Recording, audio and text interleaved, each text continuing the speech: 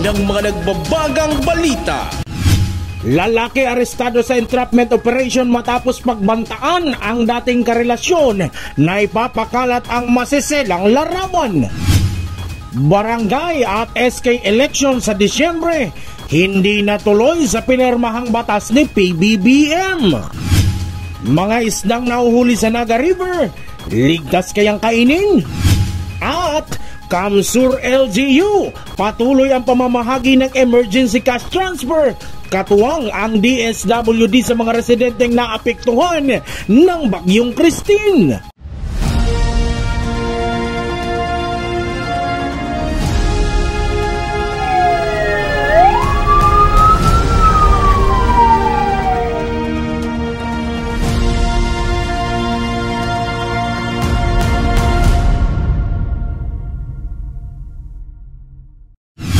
Magandang gabi. Narito ang mga maiinit na balita sa Camarines Sur.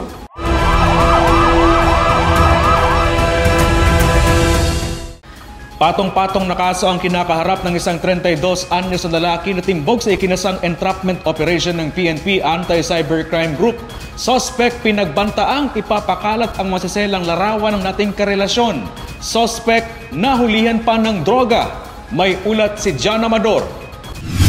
Hindi na nakapalagpa ang isang 32 anyos na lalaking ito matapos ang ikinasang entrapment operation ng PNP Anti-Cybercrime Group. Ikinasa ng mga otoridad ang entrapment sa isang motel sa Barangay Concepcion Pequeña, Naga City, alas 6 ng gabi nitong Agosto 14. Itong biktima at saka yung suspect, dating magkarelasyon sila.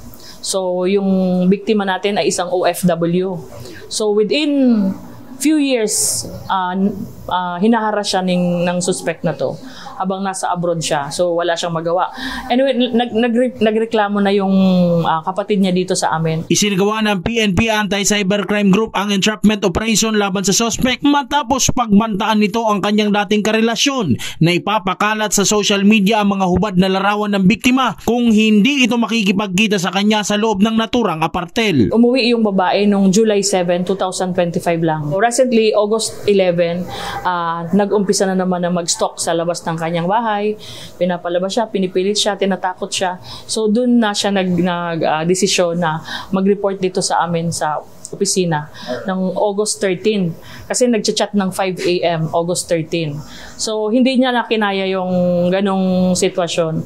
Kaya since na yung suspect is pinipilit talaga siyang makipagkita, so sabi namin, sige na at aalalayan namin, tutulong kami. Kaya nag-come up po kami sa ganong entrapment operation po. Napagkapirahan pa umano ng suspect ang biktima dahil sa pagkalulong nito sa online gambling.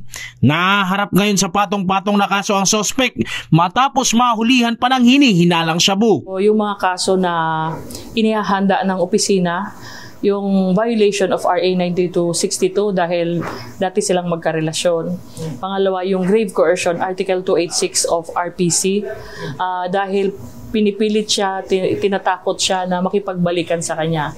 Dahil kung hindi siya makipagbalikan, may mangyayari sa kanyang masama. And then yung identity theft ng RA 10175, gumawa yung suspect ng Facebook account na nakapangalan sa ibang tao, tapos gamit yung larawan ng babae, yung biktima. During the arrest, incidental arrest yun may nakuha kaming suspected hit-celled shabu. Paalala ng Anti-Cybercrime Group ng PNP, nakarelasyon man o kaibigan ay huwag basta-basta magtitiwala, lalo na pagdating sa mga pribadong larawan na hindi dapat nakikita ng iba. Dahil madalas umano itong ginagamit ng masasamang loob upang makapangsamantala sa kapwa. John Amador, CSN. Hindi natuloy ang Sanay Barangay at Sangguniang Kabataan election sa Disyembre. Yan ay matapos pirmahan ni Pangulong Bongbong Marcos ang batas na magpapaliban sa halalan at adjustment sa termino ng mga mahalal na opisyal mula sa 3 papuntang 4 na taon. May ulat si Darlene Lastrulio. Pinirmahan na ni Pangulong Ferdinand R. Marcos Jr. nitong August 13, 2025 ang Republic Act No. 12232 o ang batas na nagtatakda ng pagpapaliban sa nakatakdang barangay at sangguniang kabataan elections o BISKE ngayong December 2025 at itinakda ito sa unang Lunes ng Nobyembre ng 2026. Ayon sa bagong batas, ang susunod at mga regular na BISKE ay gagawin tuwing 4 na taon. Sa ilalim nito, ang lahat ng halal na barangay at SK officials ay magkakaroon ng 4 na taong termino. Mananatili sa pwesto ang mga kasalukuyang opisyal hanggang sa maluklok at makapanumpa ang kanilang mga kahalili, maliban kung sila ay tanggalin o masuspinde dahil sa kaso. Gayunpaman, ang mga incumbent barangay officials na nasa kanilang ikatlong magkasunod na termino ay hindi na maaaring kumandidato sa parehong posisyon sa darating na BISKE sa Nobyembre 2026. Because we are facing one of the biggest elements here, kakatapos lang natin ng malaking eleksyon, midterm election. Susunod na rito yung BARM. Isasabay pa natin ngayon yung barangay. Masyado ang COMELEC actually nagsasabi hindi namin kaya. Inaatasan ng Commission on Elections o COMELEC na maglabas ng implementing rules and regulations para sa pagpapatupad ng batas sa loob ng 90 days mula sa pagiging epektibo nito. Samantala, ayon kay Attorney Michael T. Julian Jr., Election Officer ng COMELEC Naga City, handa pa rin ang kanilang tanggapan anuman na mangyari sa schedule ng halalan. Kami sa COMELEC, prepared po kami maging mag-Disyembre man ngayon na taon ang election o maging next November ang election. Basta importante sa COMELEC, dapat preparado kami sa maabot na election kung ano man ang date kaniyong next election ta. Paalala ng poll body sa mga kasalukuyang nakaupong barangay at SK officials manatiling tapat sa kanilang tungkulin habang pinalalawig ang kanilang panunungkulan. Extend po sa term ninda dahil po nga ni kung November ng election syempre tuloy lang po galing ang trabaho, mag-serve pong marahay sa indong mga kabarangay at kung ma-re-elect ka mo, at least masabi ka sa indong kabarangay na ikaw ka mong na-accomplish, hindi ibig sabihin, iboboto po ulit ka mo. Kaya po sa mga barangay officials and SK officials, continue lang po sa indong trabaho. Ang RA 12232 ay may probisyon din na nagsasaad na kung sakaling may bahagi o probisyon ng batas na ideklarang labag sa konstitusyon, mananatiling epektibo ang iba pang bahagi na hindi apektado. Darlene Lastrulio, CSN. Sa kaugnay na balita, hati ang opinyon ng publiko sa pagpirma ni Pangulong Marcos sa batas na nagpapaliban sa barangay at SK elections. Ilan sa mga ito dismayado dahil hindi na matutuloy ang halalan sa barangay level. May ulat si Eli Balbin. Hati ang opinyon ng publiko makaraang pirmahan ni Pangulong Bongbong Marcos Jr. ang isang batas na magpapaliban sa mangyayari sanang barangay at election sa Disyembre ngayong taon. May mga naniniwalang dapat ituloy ang halalan upang mapanatili ang demokratikong proseso at makapili na ng mga bagong lider sa barangay. Dapat hindi pirmahan sana yung ganung mga bagay kasi ang pagboboto is rights ng mga tao, and ang pag-postpone nito is pagpigil na rin sa karapatan ng mga tao na pumili. And siguro di maiiwasan na napakaraming barangay officials ang na-elect na hindi naman gaano nagpo-function, and siguro panahon naman din dapat. Disappointed po kasi syempre dapat bigyan din po natin ng opportunities yung ibang aspiring leaders para kung ano po ang gusto nilang maging change sa barangays or kaya sa lugar namin. Nilagdaan na ni Pangulong Ferdinand Marcos Jr. ang Republic Act No. 12232, ang pagpapaliban ng barangay and sangguniang kabataan election. Sa ilalim ng bagong batas, mula 3 taon ay magiging 4 na taon na ang bawat termino ng mga mahahalal na opisyal ng barangay at SK. Dahil sa ipinagpaliban ang BSKA ngayong taon, pansamantalang mananatili sa kanilang pwesto ang mga incumbent official ng barangay at SK hanggang sa matapos ang halalan sa Nobyembre 2, 2026. Eli Balbin, CSN. Imbes na padyak ay halos e-bike na ang nakikita sa mga pangunahing kalsada sa Milaor, Camarines Sur na namamasada. Ngunit paggamit ng e-bike sa bayan bilang public transport, rerepasuhin pa ng LGU. Narito ang ulat.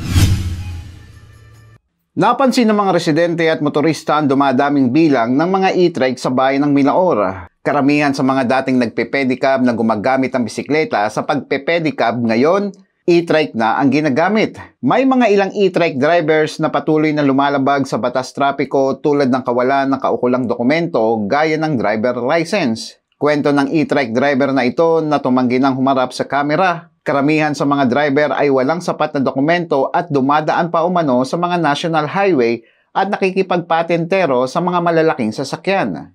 Ayon kay Dennis Santa Rosa, Municipal Administrator, pinag-utos na ni Mayor Bing Iyuste ang repaso ng ordinansa upang masiguro ang mas mahigpit na regulasyon sa paggamit ng e-trike sa bayan. Bigay na ng kautosan si Mayor Bing sa Sangguniang Bayan na pag-aralan o repasuhin yung mga ordinansa tungkol sa ang alam kasi namin dati mga padyak na depedalan. Ngayon medyo dumadami na yung mga e-trike. Kaya sabi niya pag-aralan ng mabuti kung anong nararapat na gawin sa kanila kasi di naman pwedeng ngayon lumulobo ang bilang ng mga e-trike users. Maaaring yung mga depedal na padyak dinivert nila o kinonvert nila sa e-trike. Layunin ng LGU Milaor na tiyakin na ang lahat ng e-trike na ginagamit ay nakarehistro at may kaukulang dokumento at sumusunod sa batas trapiko. Ayon kay LTO Naga Chief Grace Rojas, dapat i-regulate ng LGU Milaor ang mga e-trike. Sila ang magre-regulate niyan dapat. Tulad dito sa city, being regulated ng city. Kaya dito sa city, wala akong gaanong problema dahil pinagmumonitor nila. And pinagre-register din yan sa city. Unlike sa ibang LGU, hindi ko alam kung pinagre-regulate ng local government or not. Pero dapat ko i-regulate ng local government yan. Kasi dalong dadami yan nandyan na sa highway na dapat hindi sila dapat sa highway. Bagamat mahigpit ang kampanya ng LTO laban sa mga pasaway na motorista, sinabi ng Land Transportation Office Naga na hindi pa sila nakakahuli ng mga e-trike na lumalabag sa batas trapiko. Ngunit nilinaw nila na pwede nilang sitahin ang mga e-trike kapag nasa National Highway na ang mga ito. Ngayon, hindi pa kami nakakapag-apprehend yan kasi wala pa yung implementing rules and regulations ng ating pag-rehistro niyan. Hindi pa namin implement yan. However, pwede po kaming magsita kung sila nasa gitna. Kasi supposedly, nasa outer lane lang sila. Eli Balbin, CSN. Madalas na maispatan sa bahagi ng Naga River ang mga recreational fishers. Ngunit mga isdang nahuhuli sa lugar, ligtas kayang kainin? May ulat si John Amador. Napapaligiran ng residential at commercial buildings ang stretch na ito ng Naga River, kaya't hindi malabo ang pagbabago sa estado ng kalinisan ng tubig nito. Ayon sa City Environmental Office, mataas man ang fecal coliform bacteria, hindi pa naman gaanong nakakabahala ang kalagayan nito. So far, ang Naga River now is classified as Class C by the DNR ENV. So Class C, ibig sabihin, ang purpose is for recreation, agriculture, for irrigation, and navigation. So ito yung mga purpose ng Class C waters. May mga pamantayan umano sa pagmonitor kung ligtas pa ang tubig ng isang ilog. May mga identified po tayong water quality parameters na medyo hindi pumapasok dun sa standard ng Class C waters. Particularly po ito yung oil and grease, phosphate, and fecal coliform. So kaya nagka-come up na kami doon sa isang proposal na mag-establish ng ordinance para sa pag-control po ng oil and grease sa Naga. At the same time, yung sa fecal coliform naman talagang may difficulty because based on sa DNR mismo, wala talagang nakakapasa. Pagdating naman sa mga namimingwit o nangingisda dito, safe pa ba kayang kainin ang isdang nauhuli rito? Ang sagot ng Senro, hindi po siya pwedeng gamitin sa batting purpose. So walang skin contact dapat dahil possible pong makontaminate yung skin natin ng mga bacteria or other infectious diseases. Hindi po masyadong malalim yung pag-aaral with regards doon sa quality ng mga isda doon sa Naga River. But meron kaming initial findings na safe naman yung hindi pala safe. Pasok pa doon sa standard ng food nung BIFAR para sa consumption yung mga nahuhuling isda dito, particularly yung tilapia. Noong nagdaan pang taon ang nangyaring sampling at monitoring sa water quality ng Naga River, kaya't hinihikayat din umano ng Senro na maging regular ang fish sampling sa ilog para masiguro na ligtas pa for human consumption ang mga isdang nakukuha dito. Jan Amador, CSN. Nagpapatuloy ang pagpapalakas pa sa emergency response ng mga first responders ng mga DRRM office sa Camarines Sur. Kaugnayan ng sinasagawang Emergency Medical Services o EMSNC2, training ng Environment Disaster Management and Emergency Response Office o EDMERO. 49 na emergency responders mula sa iba't ibang DRRM office ang lumahok sa EMS training katuwang ang TESDA Accredited Technical Vocational Education and Training Institute. Layunin nitong mas maihanda ang mga DRRM personnel sa mas mabilis at mas maayos na pagtugon sa anumang uri ng kalamidad na isa sa mga prioridad na programa ni Governor El Rey Villafuerte. Tuloy-tuloy ang pagtulong ng provincial government ng Kamsur katuwang ang DSWD upang tuluyang makabangon ang mga residenteng naapektuhan ng Bagyong Christine at iba pang kalamidad. Provincial Social Welfare and Development Office tiniyak na hindi matatapos sa material at cash assistance ang kanilang pagtulong. Narito ang ulat. Kahit ilang buwan o umano ang nakakalipas ay hindi patuloy ang nakakabangon mula sa epekto ng Bagyong Christine si Angeline de la Cruz ng Gainza, Camarines Sur. Hanggang ngayon ay sariwa pa umano sa kanyang alaala ang malabangungot na epekto ng naturang bagyo. Masakit po, grabe po talaga si baha kaya duman, dapat po sa may ato po. Kaya nagkasarayan po sa ibang gamit. Ngunit dahil sa inisyatiba ng provincial government ng Camarines Sur sa pamumuno ni Governor El Rey Villafuerte, katuwang ang Department of Social Welfare and Development o DSWD, isa si Angeline sa libu-libong residente mula sa mga bayan ng Gainza, Pili, Buhi, Ocampo, Tinambak at Libmanan sa mga benepisyaryo ng emergency cash transfer sa mga naapektuhan ng nagdaang bagyo. Ayon sa Provincial Social Welfare and Development Office ng Camarines Sur, pagpapatuloy ito ng pamamahagi ng ayuda sa mga apektado ng kalamidad matapos ang masusing proseso na sinabayan pa ng election ban. Binigyang diin ng opisina na hindi natatapos sa pagbibigay ng material na ayuda ang tanggapan katuwang ang DSWD. Doon po sa mga naapektuhan ng bagyo, ang malaki po ang naitulong ng provincial government in partnership po ng DSWD at dahil na din po sa guidance and support ng ating Governor El Rey Villafuerte. Ang ano po dun sa hindi siya natatapos sa pagbibigay lang ng mga food packs, hygiene kits, shelter kits, family kits, kundi yung mga asistensya na ibinibigay natin simula doon sa nagkaroon ng bagyo and during the bagyo and after po nung bagyo, na ang pinaka-goal natin is yung maka-fully recover yung mga typhoon victims natin. Yung mga lubos na naapektuhan ng Bagyong Christine noong Oktubre noong nakaraang taon. So kahit mahirap man o mayaman, basta apektado ka po ng Bagyong Christine, ay pwede ka pong makakuha ng emergency cash transfer po. Maliban sa family food packs, hygiene kits at cash assistance, ay may handog ring psychological intervention ang PSWDO. Taos-puso ang pasasalamat ng mga benepisyaryo ng emergency cash assistance bagay ng iba pang tulong ng provincial government ng Kamsur, katuwang ang DSWD, para sa tuloy-tuloy na pagbangon ng mga Camarinenseng naapektuhan ng bagyo. Salamat kay Gov. El Rey Villafuerte. Dahil sa tabang niya sa moya kan ini gamiton mi po sa pagpakaraykan sa moya ni harap. Nagpapasalamat po ako sa tuya pong gobernador.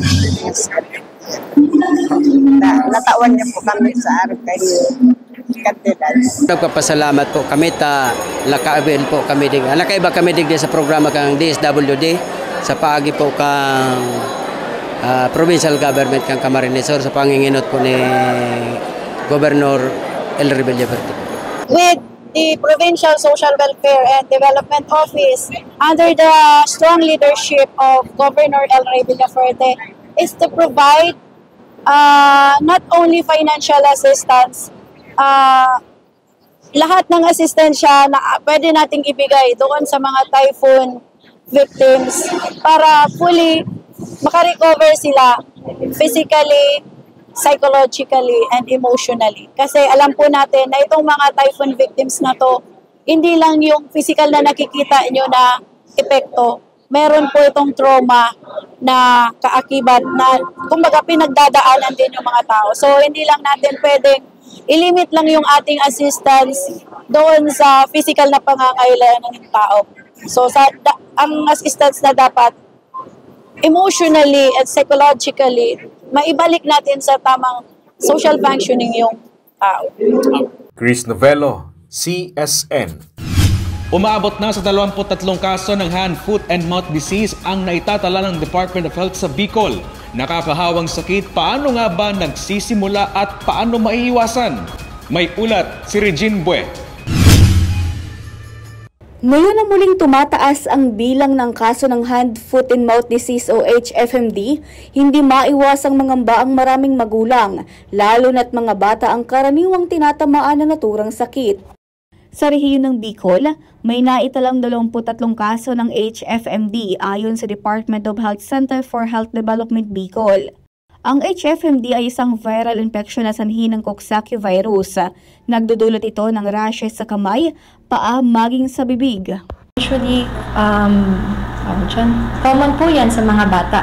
Kaya na marami po tayong cases ngayon na HFMD. So, ang HFMD, common na symptoms po is nakikita natin na may rashes po sa kamay, sa foot, tsaka may mga singaw po sa mga po natin, sa mouth natin po. Kasi na-start na po ng pasukan, so marami pong bata na nagkukumpulan po, no? Tapos yung weather po din po natin, so, minsan mainit, minsan super nag-uulan po.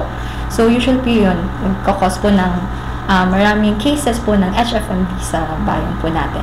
Dahil dito ang mga magulang tulad ni Nanay Rosalie at Nanay Mary Jane may kanya-kanyang paraan para maprotektahan ang kanilang mga anak. Pero may pong magugas ng kamot bago po siya makakain. Tapos pagka ano po siya sa luwas, pero may pong lalabaran or lilinigan ang ako.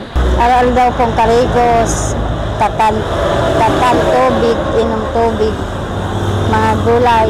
Ayon sa mga eksperto, ang HFMD ay isang viral infection na nagdudulot ng lagnat, sore throat at mga palto sa kamay, paa at bibig. Since nakukuha po siya through contact, mas mabuti po na mag-wash po tayo always ng hands natin. Magsabon po tayo ng hands natin, iniwasan natin yung paghawak-hawak po. Pagdating sa bahay, yung mga bata, maligo, maghugas ng kamay, and avoid po natin yung kahit yung hugging and kissing po kasi nakaka-transfer po yan ng virus. Habang wala pang tiyak na gamot laban sa HFMD, ang disiplina sa kalinisan at pag-iiwas sa exposure ang pinakamabisang proteksyon para sa mga bata.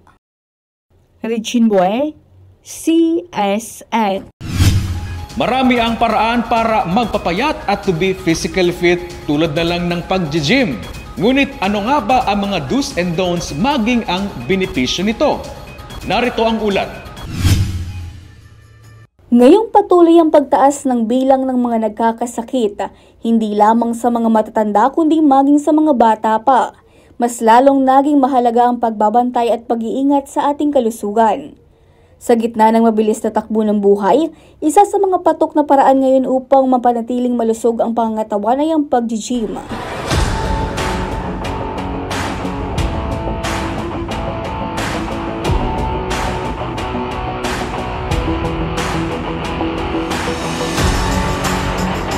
Mula sa mga estudyante hanggang sa mga empleyado, binibigyan nila ng oras ang pag-ehersisyo hindi lamang para pumayata, kundi para manatiling malusog, malakas at stress-free. Everyone is eager to burn some fat, lalo na sa bagong bukas na gym na ito sa Barangay Triangulo, Naga City, ang Lift Gym. Well, syempre, kailangan natin bumawi sa ating health, especially nung times na sunod-sunod yung sa mga gawain sa school. Para din naman makabawi. And then, obviously, para malayo tayo sa kung anumang sakit. Sa akin, lifestyle lang naman yung pag-gym ko. Tapos syempre yun, pagsabay lang din ng diet. Kompleto sa amenities at mga makabagong gamit ng pasilidad tulad ng treadmills, Smith machine, 3 weights, cable machines at iba pa, lahat bago at high quality. I-suggest ko ang lift kasi sobrang ganda talaga ng facility, ang linis, and sobrang aliwalas lang po talaga. Sulit talaga kasi bago yung equipments. Unlike yung mga existing na equipments within Naga. Medyo luma na, tas hindi masyado na may maintain. Yun lang yung observation ko sa iba. Hopefully ma-maintain yung ganito. Ayon sa fitness coach na si Bob Montemayor, hindi kailangang maging atleta para magsimulang mag-ehersisyo. Kahit 30 minutos lang sa isang araw, malaking tulong na umano sa katawan. Lalo na ngayong uso ang sedentary lifestyle, dapat umanong maglaan ng oras para sa physical activity. Akin po, para po sa ng isang tao, sa health talaga. Kasi like po ngayon, ang mga kinakain natin, marami ng mga ano-anong mga nilalagay. Kaya kung nag-gym ka, at least nawawala yung mga toxic sa katawan mo na nadadala sa kinakain mo. At nagaganda yung katawan mo, na ka sa health mo, nagiging conscious ka. Ayon sa gym owner na si JP Castañares, gusto nilang maging accessible ang fitness para sa lahat, estudyante, empleyado, kahit sino. Kaya ginawa nilang affordable pero quality ang serbisyo. Ini-encourage ko po yung lahat na mag-gym sa lift. And ini-encourage ko sila na ayusin yung lifestyle nila. And yung gym namin is willing to help them. Iga-guide namin sila, bibigyan namin sila ng structure. And sasamahan namin sila sa fitness journey nila. Sa panahon ngayon, hindi na luho ang pag-aalaga sa katawan. Ito ay isang pangunahing pangangailangan. At kung may simpleng hakbang para makaiwas sa sakit, yan ang paggalaw, pag-ehersisyo at ang pagbibigay halaga sa sariling kalusugan. Regine Boy, CSN. Nagpapatuloy ang auditions para sa game show na pinamagatang Too Big to Handle, What the Fun, na kukunan mismo sa Sports and Adventure Capital of the Philippines, ang Kamsur. Audition sa game show, Barangay na. Narito ang ulat. Too Big to Handle, What the Fun magsisimula na ngayong Setyembre. Nakasama ang mga host na sina Yancy Pressman, Marco Gumabaw, TJ Valderrama, Zia Mercado at Danita Paner. Saan nyo na makasali sa kakaibang game show sa probinsya at Japanese game show inspired na laro na kukunan mismo sa iconic Kamsur Water Sport Complex. Nagpapatuloy pa rin ang paghahanap para sa bubuo ng 2 grupo na magtatagisan para sa fun experience at malaking papremyo. Kamakailan pumunta ang staff ng game show na Too Big to Handle para sa mga hopeful sa larong ito, gaya ni Marvin at Amy na dumayo pa mula bayan ng Calabanga. Since nung makita ko yung advertisement sa Facebook, it seems to me na it is very interesting event po. Lalo na nabasa ko na it's a water obstacle. So based po sa doon sa key partner po, pakaisip ko po na Too Big to Handle. So ay wow, parang mas nakaka-enjoy ito kasi ibang laro sa tubig. Yung plano namin is ako lang yung mag-join sa event. Kaso lang unexpected na yung pagpunta namin sa registration table, napilit siya and na-encourage siya na mag-join. Dahil yun na nga. At dahil din sa prize. Sa kanilang palagay, mas may tsansa umano sila na manalo sa laro dahil sa background nila pagdating sa water sport. Si Nanay Raquel mula Karoy-Royan, madalas din sa tubig, pero dahil sa paglalabada na pinagkakakitaan niya na nag-audition din. Pero bakit kaya? Gaya ng tubig ay malalim rin ang pinaguhugutan ni Nanay Raquel. Para sa kuya po, gusto ko magsali-sali sa mga arog kaning siguro pampatanggal stress na din po. And then kung halimbawa man, pagbaladon, manggana po, manalo po ako, syempre, iinutan ka po para sa mga baby ko po, pang boro budget po. 2 po. Isang PWD 22 years old and 2 years old po, running to 3 years old po yung baby ko. Basta ang alam ko po is maglalaro po sa water, sa tubig. Marunong din naman po akong lumangoy. Hindi naman po ako takot sa tubig. Sumali din ang 32 taon na si John Ray Mark Billen mula sa bayan ng Minalabak na gagamitin umano ang mapapanalo ng premyo sa kanyang pamilya. Nag-audition po ako ngayon sa Too Big to Handle kasi ito po ay para pag halimbawa, manalo man po tayo, di po natin inaasahan, malaking tulong na po ito sa aking pamilya. Sakali pong ako ang tanghaling manalo sa tubig to handle na to, gagawin ko po ang papaayos ko sa aking bahay at siyempre po sa mga expenses sa aming bahay at sa aking mga anak. Kailangan ng lakas ng katawan, teamwork at tamang timing sa larong ito. Bukas din sa live audience na pwedeng mapanood ng lahat ang masayang laro. Hintayin ang mga susunod na barangayan audition sa inyong lugar ng masayang tubig to handle. What the fun! Brace yourselves for the wildest, wettest, and wackiest game show to hit Philippine TV. This is Too Big to Handle. What the fun! Where fun flows freely and no one leaves dry. Game na kami sa Too Big to Handle. Jan Amador, CSN. At yan ang mga mainit na balita ngayong araw sa Camarines Sur. Kami ang Kamsur News. Ako po si Chris Novello. Diyos mabalos sa pagtitiwala.